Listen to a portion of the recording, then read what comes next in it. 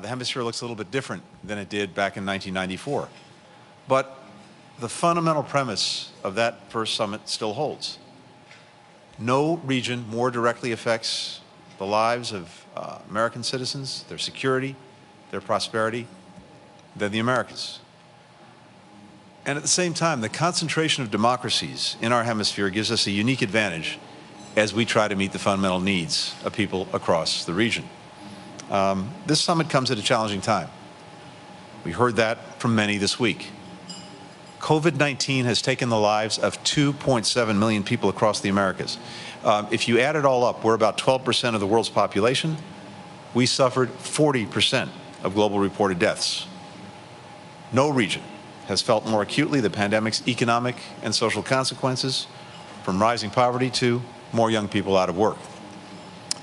Just as we began to build back from the pandemic, the Russian government's brutal war of aggression in Ukraine worsened many problems across the hemisphere, raising the cost of fuel, fertilizer, and food, making it tougher for producers to export their goods. These headwinds come atop long-standing challenges in the region, including a lack of opportunity, an accelerating climate crisis, violence and insecurity, endemic corruption, all of which are driving people to leave their home countries in record numbers in search of places where they have a better shot at providing for themselves and their loved ones. The more people across the region feel these challenges in their everyday lives, the more they are looking for effective governance to help address them. And that's been the guiding principle behind the Biden administration's engagement in our region. That's why we donated more than 70 million doses and counting of safe, effective COVID-19 vaccines to countries across the hemisphere, free of charge, with no strings attached. It's why the American public and private sectors continue to invest more than any other country in expanding economic opportunity across the hemisphere. From the $10 billion that the U.S. Development Finance Corporation has distributed to projects like that are providing low-interest loans to women entrepreneurs, for example, to the $1.3 trillion that the United States provides in annual foreign direct investment to the Americas. It's also why I convened my partners from across the hemisphere, first in Colombia, then in Panama, to focus on what we can do collectively to address the root causes of the region's migration crisis. Increase economic support for the countries that are hosting the largest numbers of refugees and migrants, including the more than 6 million displaced Venezuelans. Expand protections for migrants who are at risk. These efforts were crucial to shaping what is now the first truly regional approach to migration in the Los Angeles Declaration. Thanks to President Biden's leadership, it was adopted by leaders of 20 countries in the hemisphere, including our own, just a few hours ago. We expect more to sign on to this soon. What the Declaration reflects is something new, and that is a commitment to shared responsibility when it comes to dealing with the migration challenge, shared responsibility, and shared action. We're also marshaling real resources behind this effort. The Vice President has led the way in generating $3.2 billion in new private sector investment through her call to action in the countries of Northern Central America. This summit isn't the beginning or the end of our efforts to make democracy deliver in the hemisphere. Rather, it's a chance to engage with partners from around the region, in government, international organizations, civil society, the private sector, young people, about where we can do more and where we can do better. That included engaging with people from the countries that are not democracies, where voicing criticism of government, standing up for human rights, or doing independent journalism is met with systematic, and swift repression. I met with activists and human rights leaders, including from Cuba, Nicaragua, and Venezuela. I was struck by their determination. Despite serious harassment, attacks, violence, the determination to keep fighting for human rights and democracy in their countries. As for the governments of those countries, this summit focused on collaborating with partners to respond to the practical needs of people across the hemisphere. It's hard to do that with governments that reject the basic principle that they're accountable to their people and repress their citizens' rights to speak up about the challenges they face. As a result of President Biden's leadership in bringing the summit together and driving broad support for its deliverables, we have a lot to show for this week's work. Together, our countries agreed to ambitious commitments in public health and pandemic preparedness, clean energy, climate change adaptation, digital transformation, democratic governance. These commitments give us benchmarks to hold us accountable by our fellow democracies and by the people that we serve. The United States announced new commitments to move these efforts forward, and let me just quickly highlight a few. Together with partners, we will train and equip 500,000 local healthcare workers across the hemisphere over the next 5 years so that more people can get quality care in their communities. We announced a new economic agenda, the America's Partnership for Economic Prosperity, that's focused on building more equitable growth from the bottom up and from the middle out. We'll bring more countries into the partnership over the coming months. A key part of the agenda will be working with multilateral institutions to increase financing for the region's middle-income economies, which aren't developed enough to qualify for membership in groups like the G20 or the OECD, and yet are too developed to qualify for aid from international financial institutions like the World Bank. This is something that we heard loud and clear from our partners in CARICOM, as well as others. So, to that end, President Biden is proposing fundamental reforms to the Inter-American Development Bank so that it can invest in middle-income countries. As the bank's largest donor, the United States will put more resources into the bank's private sector lending arm to support these kinds of investments. We're also turbocharging our efforts to support the region's transition to clean energy. Here at the summit, 5 new countries announced that they plan to join the Renewable Energy for Latin America and Caribbean initiative. That brings us to 20 countries teaming up to hit an unprecedented target, producing 70% of the hemisphere's electricity through renewable energy by the year 2030. We announced a new partnership to invest in clean energy programs and climate adaptation and resilience across the Caribbean, and expanded regional efforts to protect and conserve our oceans. In no small part, thanks to the extraordinary work of our climate envoy, John Kerry, regional development banks committed $50 billion over 5 years to help countries reduce emissions, expand renewable energy, address the growing climate crisis. We'll work with the banks going forward to ensure that the funding helps lower the barriers and risks to investing in a sustainable future, making it not only economically viable, but desirable for the private sector. As part of our commitment to strengthen democracy, the United States committed $75 million in new support for over 300 community-led organizations across the Americas that are on the front lines of advancing human rights, lifting more people out of poverty, fighting corruption. USAID will devote an additional $42 million to aiding civil society in Central America, part of what is really a whole-of-government commitment to promoting freedom of expression, countering digital repression, defending other spaces where citizens engage in their democracies. Finally, we plan to host the first ever City Summit of the Americas in Denver, Colorado, next April, 2023. This will foster greater cooperation among city, state, regional leaders, together with business, with youth, with NGOs. What we are already seeing is that cities are the leading innovators in bringing citizens and governments together to actually solve concrete real-world problems, and we've got a lot to learn from them. We have also, as part of this, the Cities Forward initiative, which will draw on the knowledge and expertise from across our own government to help cities meet their goals for becoming more equitable, more environmentally sustainable.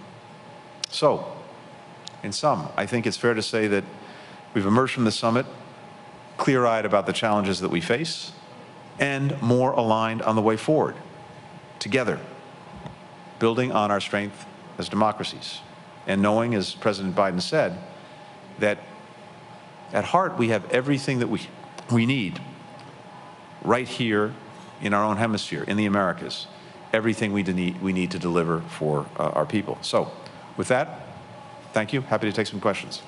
We will now turn to questions. We'll start with Humaira Pamuk of Reuters.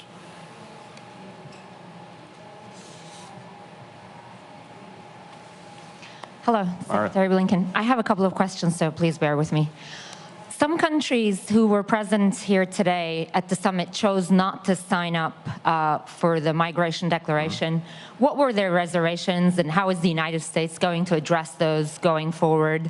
How many do you think can be on board by the end of the year? And with this declaration, do you expect a record number of migrant arrivals at the border to fall? That was my first question. My second one is, many leaders expressed their discontent to U.S. excluding Cuba and Venezuela, and they raised concerns about the unity in the region. What will the administration do to ease those concerns, and could that trigger a rethink of U.S. policy towards the region? Right. Thanks. Thanks, Mara. So first, on the LA Declaration on migration. I'm not sure if you were in the room, but if you looked at that stage, there were 20 countries represented on that stage. And as I said, this is the first time that we've come together across the hemisphere to take shared responsibility for the migration challenge.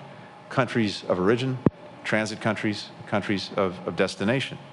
And this is a significant step forward in my judgment, because it actually promises, I think, more effective action in making sure that we have humane, orderly, safe migration.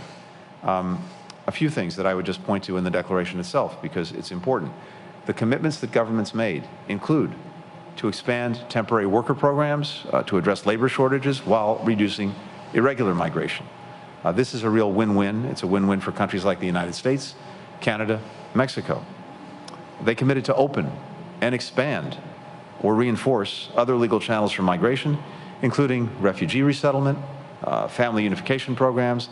That too will help address critical labor shortages.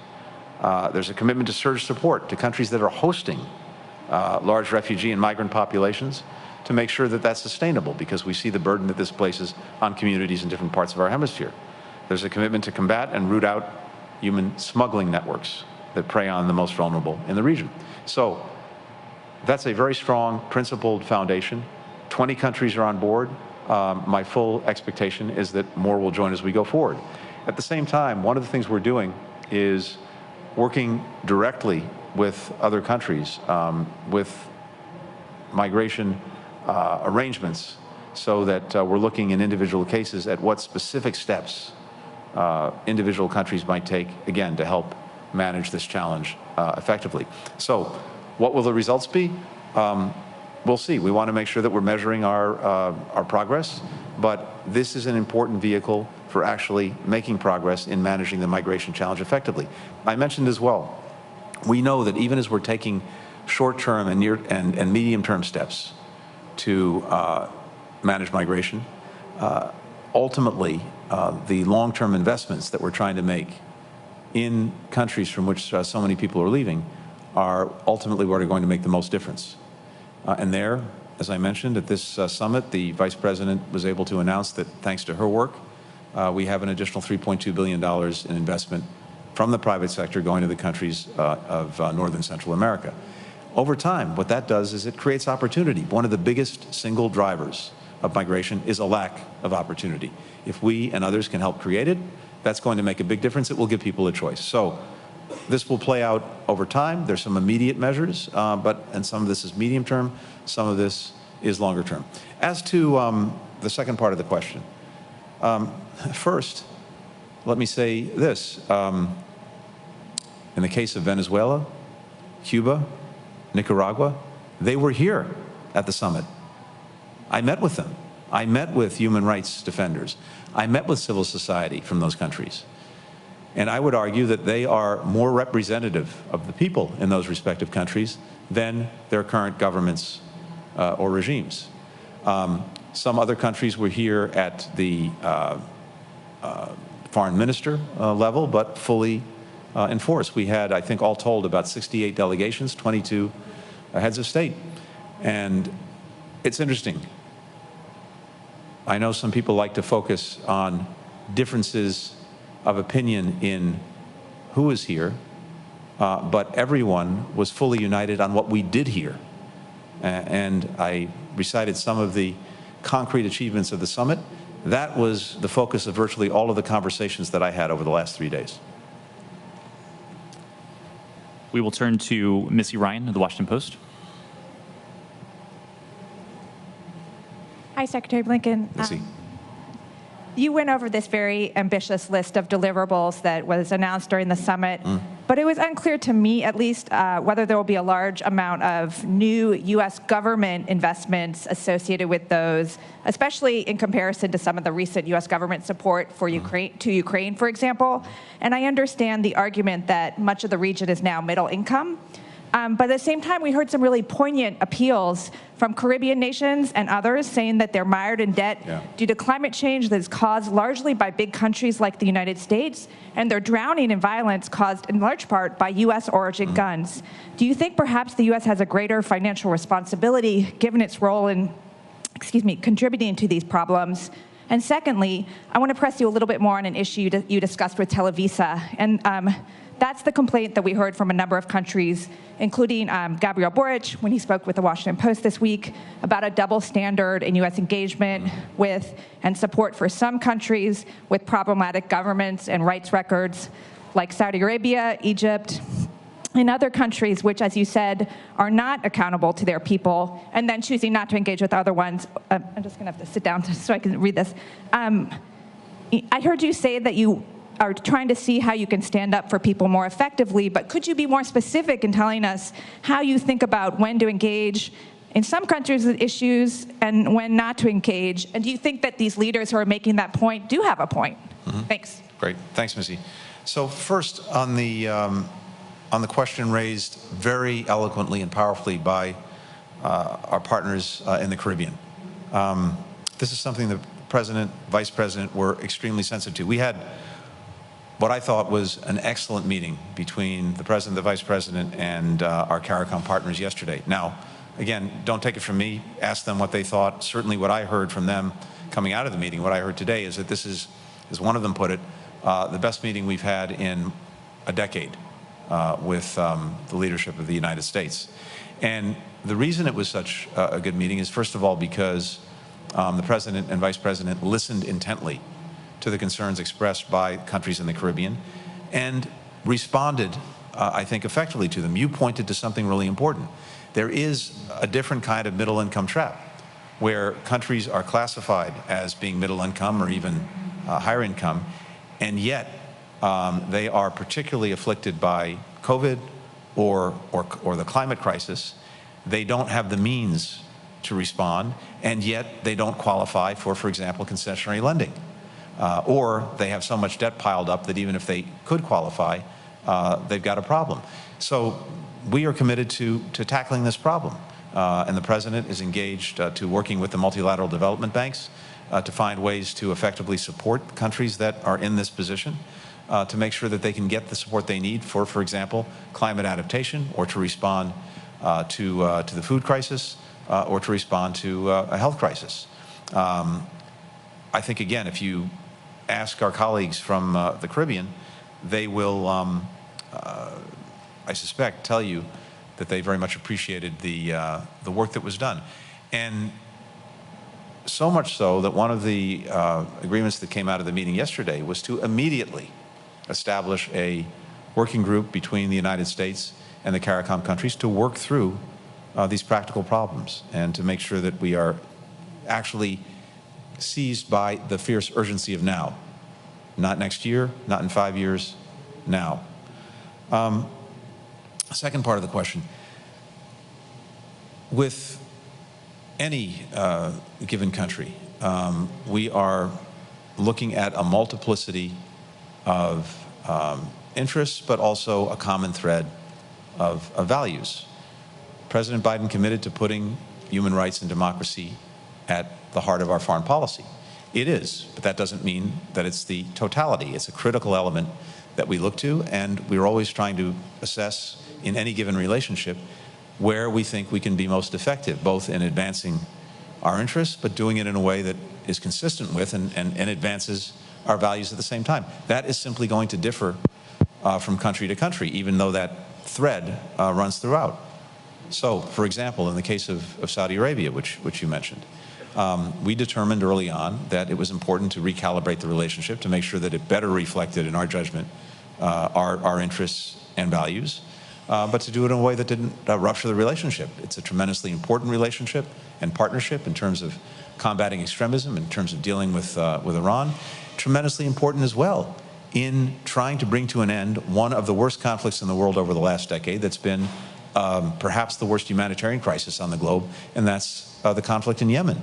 And in part, as a result of the work that we've been able to do with the leadership of Saudi Arabia, we helped achieve a truce in Yemen that's now been extended for a second period of time. Humanitarian assistance is getting to places where it couldn't before.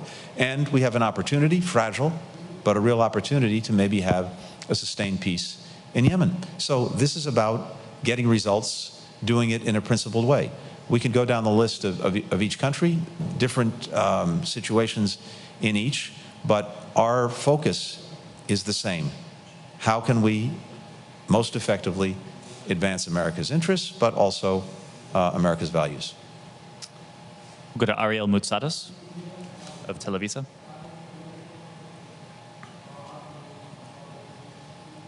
Thank you, Ned. Thank you, Mr. Secretary. I would like to know, in the declaration of Los Angeles, and senior officials also from the United States government have said that all countries should enforce, or that the United States expects all countries to enforce their own immigration laws. Could you please elaborate on what type of enforcement actions you have been discussing, especially in the case of Mexico? Thank you. Thank you. If you look at the declaration, it, as I said, sets out some basic principles, and it sets out commitments by governments to do certain things. The basic principles that we agree to are the absolute need to make sure that migration is safe, it's orderly, it's humane. And we want to make sure that we're putting human dignity at the heart of everything that we do. And that means making sure that migrants are treated in a humane and dignified way, that we build in safety along the entire process of migration, but at the same time that we uphold and respect our individual laws, and that those laws be enforced. So all of that is in the declaration. I went through, I won't belabor it again. I went through the specific commitments that governments have undertaken as part of the declaration in all aspects of migration, again, to include things like expanded temporary worker programs, to include things like creating more legal channels for migration, support for communities that are hosting many refugees and migrants, and combating and rooting out smuggling networks. But in all of this, we expect that countries will, just as the United States will, uphold and enforce its laws. Those are all, I think, relatively self-evident. I'm not going to go through them for each country. I mentioned as well that with this declaration that covers now 20 countries in the hemisphere, we've also been engaged with individual countries on arrangements that go to even more specific things that countries can do, particularly when it comes to protections for migrants in their system, but also when it comes, for example, to repatriating migrants to the countries they came for, enforcing their laws to do that, seeking agreement with other governments to do that. There's a long list of things. Thank you. Gabby Peroso, VPI TV.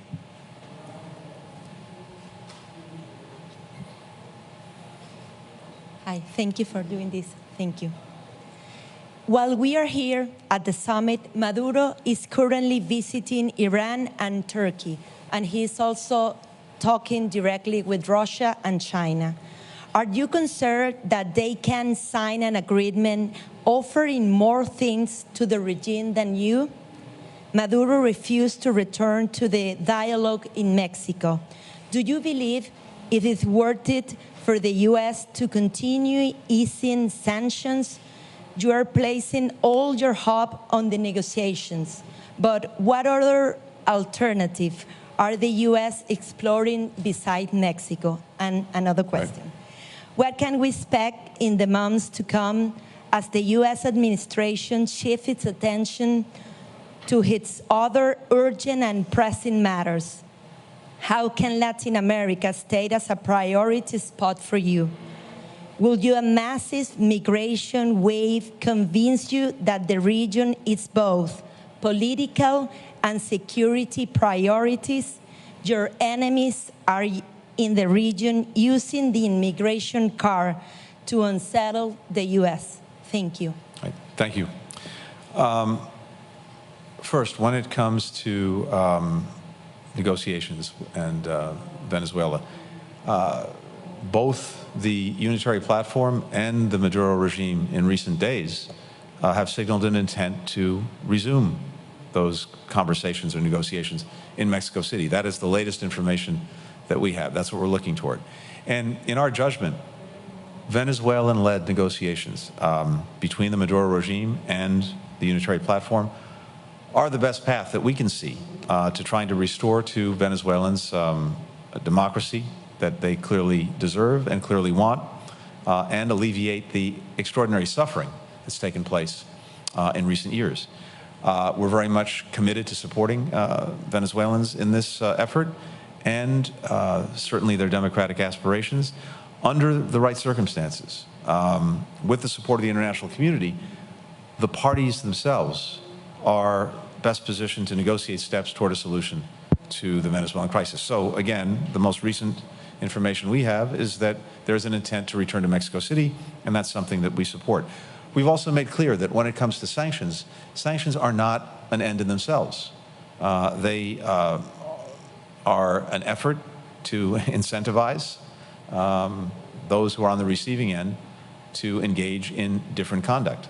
And as we've long said, sanctions aren't permanent. If we see change, sanctions can be lifted. The purpose is not to keep them there indefinitely. The purpose is to encourage countries, regimes, governments to engage in the right kind of conduct, particularly when it comes to restoring democracy. That's the purpose.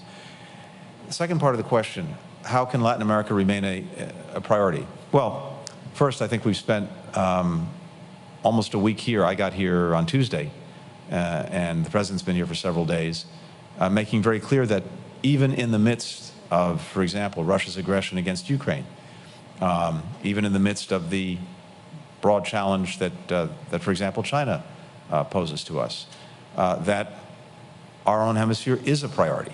As I said, this summit brought together some 68 delegations, 22 heads of state. But what's really important are not the 3 days here, it's the 362 days that will follow in the year ahead. And the test is going to be whether we make good on the commitments that we've made here. I recited a number of them. You, but more importantly, through you, in a sense, our citizens will hold us accountable to whether we actually deliver on these commitments. And if we're going to do that, we have to stay engaged. We can't just write a declaration, put it in a drawer, and expect it to produce results. This requires sustained, day in, day out engagement by our government, by other governments, by the private sector, by civil society, international organizations, et cetera. But the real answer to the test will probably be, 6 months from now, a year from now, 2 years from now, when we look back and determine whether we've made good on the commitments that were reached here in Los Angeles. I'll take a final question from Raquel Crowdenbuhl from Globo. Hello. Thank you, Ned. Thank you, Secretary Blinken.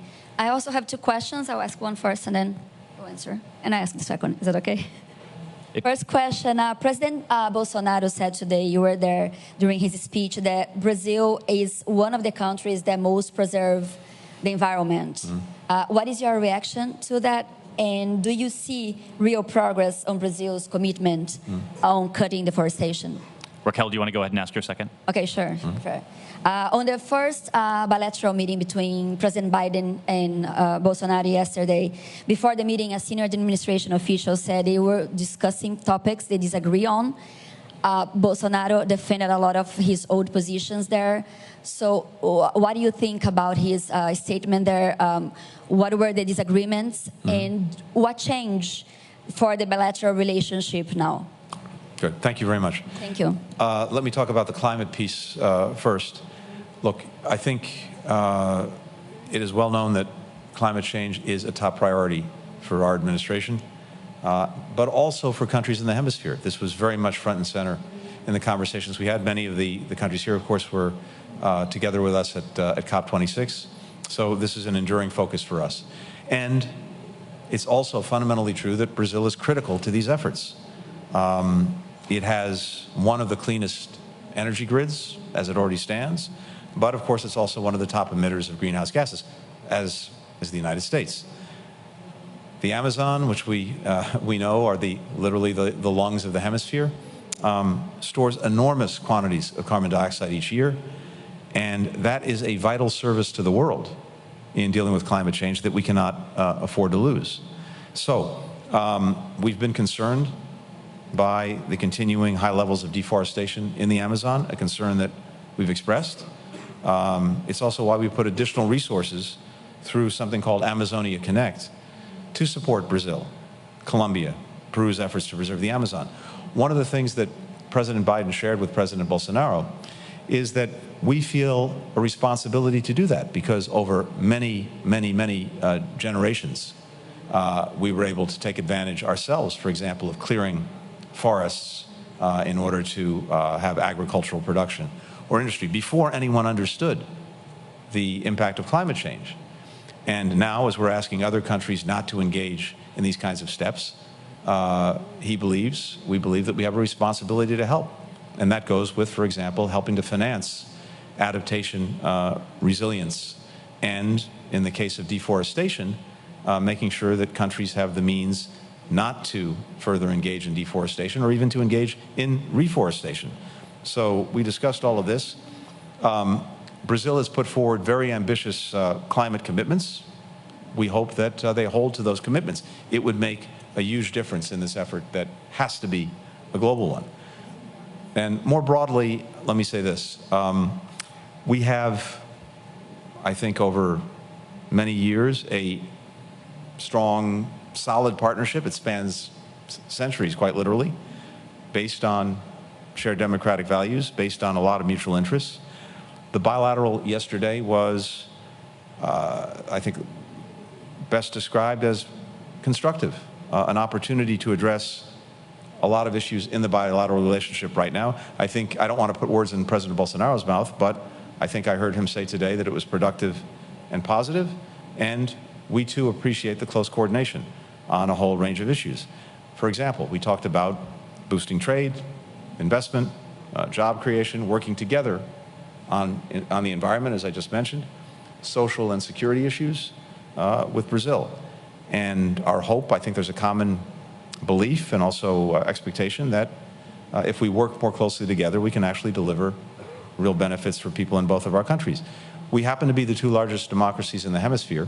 It makes sense for us to not only continue to work together, but find ways to deepen the partnership. So I think Presidents had a good conversation yesterday about how we can move forward in that direction. Thank you very much, Mr. Secretary. Thank you. Thank you very much. This is something that has happened on a somewhat regular basis in the past, I think even a couple of times a year. Countries will make their sovereign decisions. However, the idea that Russia would be a good partner when it comes to law enforcement issues or when it comes to humanitarian assistance, shall we say, does not meet the credibility test. Thank you very much.